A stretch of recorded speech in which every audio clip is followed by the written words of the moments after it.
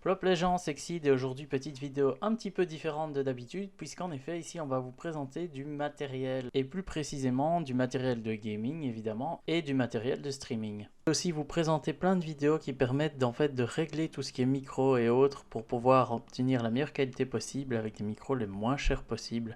Et donc comme vous l'aurez compris, ici je vais commencer par vous parler d'un micro. Alors pour l'instant je n'ai fait aucun réglage sur le micro, c'est le micro tel qu'il est actuellement. Et donc c'est le micro de chez Action, le micro Nortec, qui a un petit peu un style gaming et j'avoue que c'est un peu ce qui m'a attiré. Voilà les joies du marketing. Parce que comme vous pouvez le voir sur la photo, le micro est quand même assez stylé et ça c'est quand même quelque chose qui me plaisait pour l'intérieur.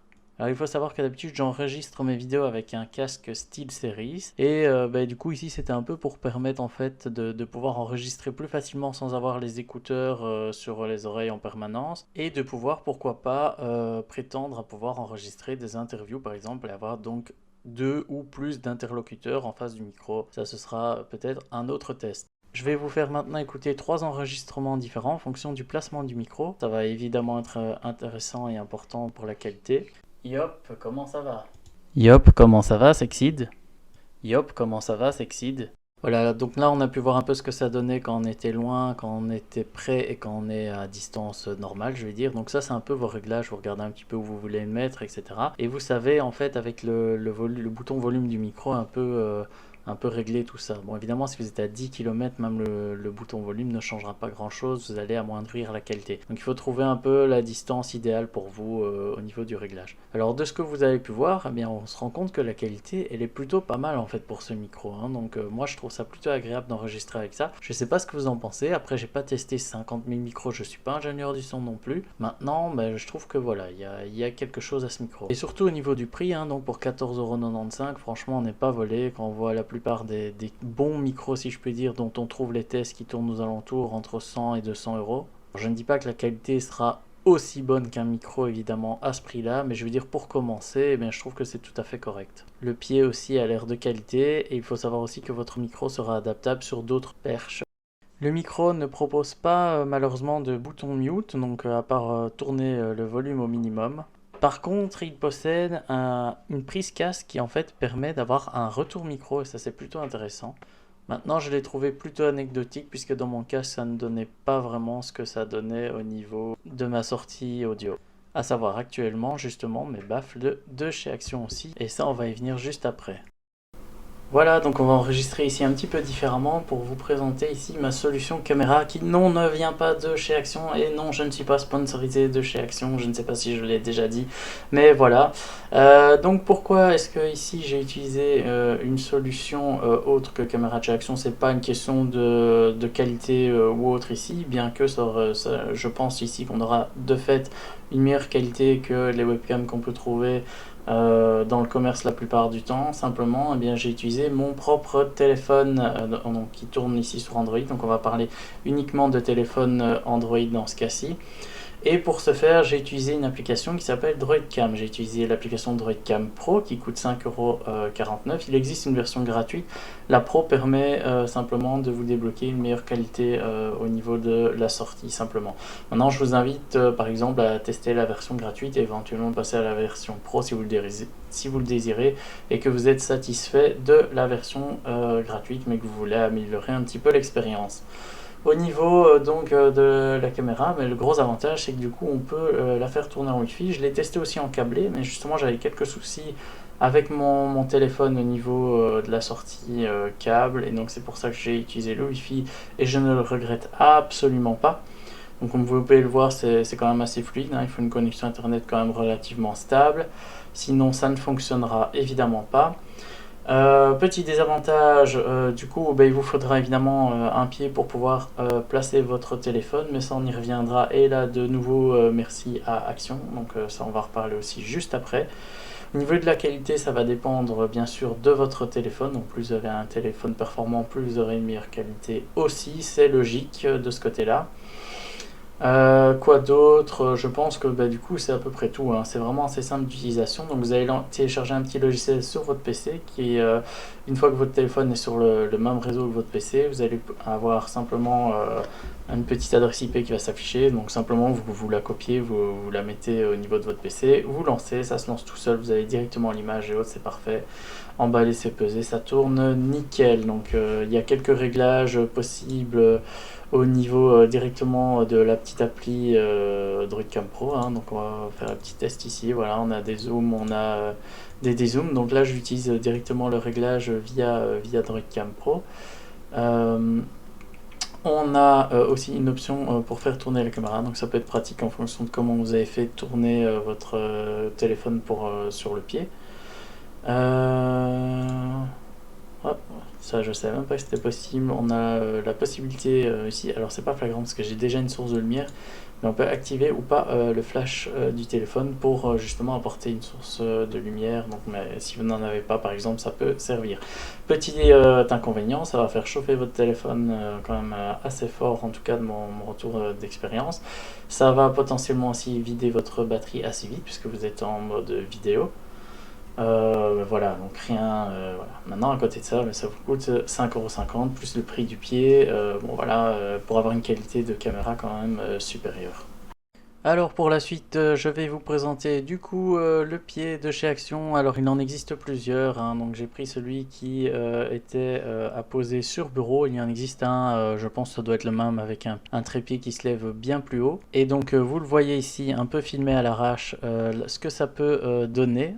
Et alors c'est difficile de se rendre compte, mais ça éclaire, mais vraiment un max, hein. Donc là, à ce niveau-là, il faut vraiment pas avoir peur. Et il y a bien sûr la possibilité de régler cette luminosité, de changer la couleur sur 3 tons. Donc il y a un ton un peu blanc, je veux dire classique, un ton un peu plus bleuté et un ton un peu plus jaune. Tout ça au prix de 8,99 €, 8,99 €. Que demander de plus? Ça fonctionne, vraiment pas grand chose à dire là-dessus. J'ai un peu plus de doutes quant à la qualité sur le long terme du pied, au niveau des serrages, au niveau de la position, donc là où on tient le téléphone. Est-ce qu'il va pas se relâcher un petit peu sur le temps? Bon, là on verra. Donc tous les matériels que j'ai testés, je les ai testés pas une seule fois, je les ai pas ouverts juste pour les déballer, hein. Je les ai testés quand même plus d'un mois à chaque fois. En l'occurrence ici le pied, je dirais que ça fait même peut-être 3-4 mois que je l'utilise déjà. Maintenant je fais pas du stream ou autre tous les soirs, donc à voir un petit peu ce que ça peut donner sur le long terme. Encore une fois, à ce prix là, bon je pense que de toute façon on n'est pas volé. Petit retour face caméra, et donc ici on va parler vite fait des baffes de chez Action Battletron qui coûtent 9,95 €. J'ai vu qu'il y avait deux styles de design qui existaient pour ces baffes, mais je pense qu'ils doivent être à peu près pareils. En fait ce qui est très sympa avec ces casques, c'est l'effet lumineux sur les baffles en eux-mêmes, hein, comme vous pouvez le voir ici. Simplement on ne peut pas choisir la couleur et on ne peut pas fixer la couleur. Aussi les deux baffles ne seront pas synchronisés au niveau de couleur. Donc voilà, ça fait beaucoup de choses qu'on ne peut pas faire au niveau des couleurs. Donc vous l'allumez concrètement, ça fait la couleur telle quelle, ça change et ça s'arrête là. Alors, au niveau du son, qu'est-ce que ça peut donner? C'est plutôt pas mal si on n'en a pas une utilisation intense. À savoir, moi je l'utilise principalement quand j'ai quelque chose à faire écouter au petit ou autre. Maintenant, pour le reste, j'utilise mon casque micro qui fonctionne très bien, mais qui ne coûte pas le même prix non plus, hein, qui est un casque ici style série Arctis 7. Je ferai peut-être une vidéo dessus plus tard. Mais voilà, en attendant, voilà, c'est vraiment une utilisation comme ça, on va utiliser de temps en temps. Pour une utilisation, je veux dire, intense, là, il faudra peut-être quand même se diriger vers quelque chose de un peu meilleure qualité, un peu plus cher aussi certainement, simplement parce qu'au niveau des basses et autres, par exemple, on n'aura pas un rendu exceptionnel. Maintenant, encore une fois, c'est pas dérangeant pour des petites sessions et autres, ou voilà, moi, je veux dire, même de temps en temps, j'utilise même, je veux dire, pour jouer et autres, quand j'ai pas besoin du micro principalement, je vais pas sur Discord ou autre, voilà. Donc là, ça fonctionne plutôt pas trop mal. Mais après, moi, je suis pas trop difficile au niveau du son. Je sais qu'il y a des gens à qui ça posera problème. Donc là, peut-être dirigez-vous vers autre chose si vous avez des critères un petit peu plus élevés que la moyenne. Ok, alors dernière petite chose dont je vais vous parler, c'est le fond vert que j'utilise ici depuis le début, hein. Donc c'est là, comme ça que vous voyez le fait que derrière moi, c'est remplacé par une image. Alors ensuite, voici un peu la notice du fond vert, donc de chez Action toujours. 20 €, vraiment pas cher, je pense que c'est le moins cher que j'ai trouvé simplement. Vous avez le petit sac, le trépied, la toile qui fait 2 mètres sur 1,50 m. Alors au niveau de la toile, ici, moi je ne l'ai pas du tout repassé ni rien. Je suis pas certain qu'on puisse repasser cette toile. Idéalement, il faut l'attendre, il faut éviter les plis, tout ça. Ben, ça, vous verrez dans d'autres vidéos, on vous expliquera un peu tous les conseils pour le fond vert. Moi, encore une fois, pour mon utilisation, j'en ai pas spécialement besoin. Je veux dire, comme je ne m'affiche pas en très grand, j'ai pas besoin non plus que ce soit hyper fit.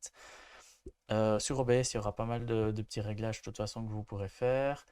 Voilà, bon, moi ici, je dis pas que c'est parfait, mais en tout cas, ça donne ce que je voulais pour mon utilisation ici personnelle, encore une fois. Qu'est-ce que je peux en dire? Simplement, au niveau du montage, c'est vraiment facile, donc là, vraiment pas galérer. En 5 minutes, c'est plié, vous n'avez même pas spécialement besoin de la petite notice, vous allez très vite comprendre où mettre quoi. Au niveau de la toile, plutôt content de la qualité de celle-ci.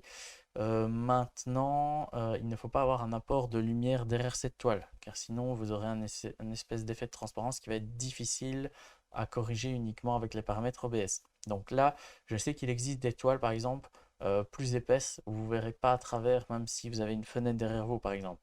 Ici, moi, ce n'est pas le cas. Dans le bureau où je suis, il y a un seul apport de lumière, que j'ai laissé d'ailleurs. Ici, en l'occurrence, il ne gêne pas.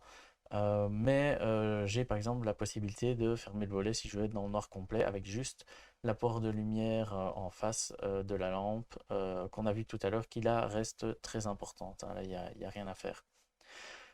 Sinon, vous n'aurez pas le même rendu. Donc, pas grand-chose de plus à dire à ce niveau-là. Euh, je peux vous montrer simplement ce fond vert une fois qu'il est actif ou pas actif. Ok. Donc voilà, hein, simplement on voit un peu ce que ça donne. Donc là, on voit carrément hein, que la toile ici est pas du tout repassée, pas du tout tendue et autres. Il y aura peut-être possibilité d'avoir des meilleurs effets dessus. Au niveau, voilà, pas grand-chose de plus à dire, en fait. Actif, pas actif, on voit un petit peu ce que ça donne. Après, encore une fois, il y a des réglages à faire. Il y a peut-être des meilleurs réglages que ceux que j'ai fait, hein, clairement. Mais voilà, pour mon utilisation, ça fonctionne pas trop mal. Faut savoir que j'ai dû rajouter une petite couverture ici parce que ma chaise est verte. Ce qui pose évidemment là par contre beaucoup plus de problèmes. Donc voilà, là, n'achetez pas une chaise verte. Bon, en l'occurrence, je ne savais pas que j'allais tenter tout ça avant. Donc voilà, on va dire. Première vidéo ici dont je vais vous parler, simplement une petite vidéo qui permet de régler tout ce qui est micro, donc pour avoir des meilleurs effets ici au niveau d'OBS. Donc j'ai trouvé que cette vidéo vraiment pas mal expliquée. Alors j'ai pas encore réussi à avoir le rendu aussi nickel que lui. D'ailleurs j'ai désactivé pas mal d'effets ici pour cette vidéo pour que le micro soit le plus clean possible déjà pour montrer le micro dans son fonctionnement classique et pas trafiqué. Mais clairement, c'est quelque chose, voilà. J'ai juste rajouté un ou deux petits effets, mais j'ai pas encore tout utilisé pour ce micro-là. À savoir que pour, par exemple, en l'occurrence ici, donc là, j'ai réactivé un ou deux petits effets, à savoir, par exemple, la suppression du bruit, donc qui évite les claquements et autre chose. Mais tout ce qui est compresseur, expandeur et limiteur, là, j'ai pas encore réussi à avoir les paramètres optimaux que je voulais obtenir, mais clairement, voilà, il faut chipoter un peu par rapport à son micro et autres, mais clairement, c'est possible. Donc voilà, d'après ce que j'ai testé, c'est très bien expliqué. Malheureusement, la vidéo est en anglais. Donc voilà, je vous mettrai de toute façon le lien en dessous de la vidéo et je vous invite à y jeter un œil. Autre petite vidéo, toujours en anglais, et donc toujours, voilà, malheureusement ce sera beaucoup des vidéos en anglais parce qu'on en trouve énormément. Donc si jamais par exemple quelqu'un voudrait des explications en français ou quelque chose qu'il n'a pas compris, bah, qu'il n'hésite pas à poser la question ici, je répondrai avec plaisir. Qu'est-ce que cela permet ici? Simplement de paramétrer Stream Elements pour OBS. Donc il va permettre de pouvoir ajouter pas mal d'effets lorsque vous faites du stream ou autre. Qu'est-ce que c'est du coup tout ça? Donc ça va permettre déjà de... ici c'est ce qu'on voit pour l'instant, d'avoir toutes les infos pour les donations et autres, de pouvoir gérer un peu tout ça. Mais je veux dire, bien plus que ça permet d'avoir par exemple plein de choses qui se rajoutent par-dessus l'écran lorsque vous streamez. Pour rajouter par exemple certaines informations ou autres, là il y a vraiment moyen de faire plein de trucs. Là, je ne fais encore que débuter de ce côté-là, mais c'est bien expliqué, c'est assez facile à utiliser. Donc qu'est-ce que ça permet par exemple de faire? Donc si je rajoute ici, voilà, hein, là c'est un peu J'ai rajouté ici moi le dernier follower, mon nom, euh, les, les personnes qui s'enregistrent, donc ça c'est un petit truc Twitch un peu qui font un abonnement en fait à votre chaîne, le nombre de viewers actuels, voilà ce genre de choses. Et on peut switcher après facilement via OBS avec des fenêtres qu'on a prédéfinies. Voilà, on peut définir ici pas mal de choses. Donc là, voilà, il y a pas mal de petites fenêtres. Voilà, on peut jouer un peu avec tout ça et voir un petit peu ce que tout cela donne. Et après, ben, on prépare ces petites fenêtres et c'est assez facile de switcher après d'une à l'autre. Voilà, il y a vraiment pas mal de choses à faire. C'est gratuit.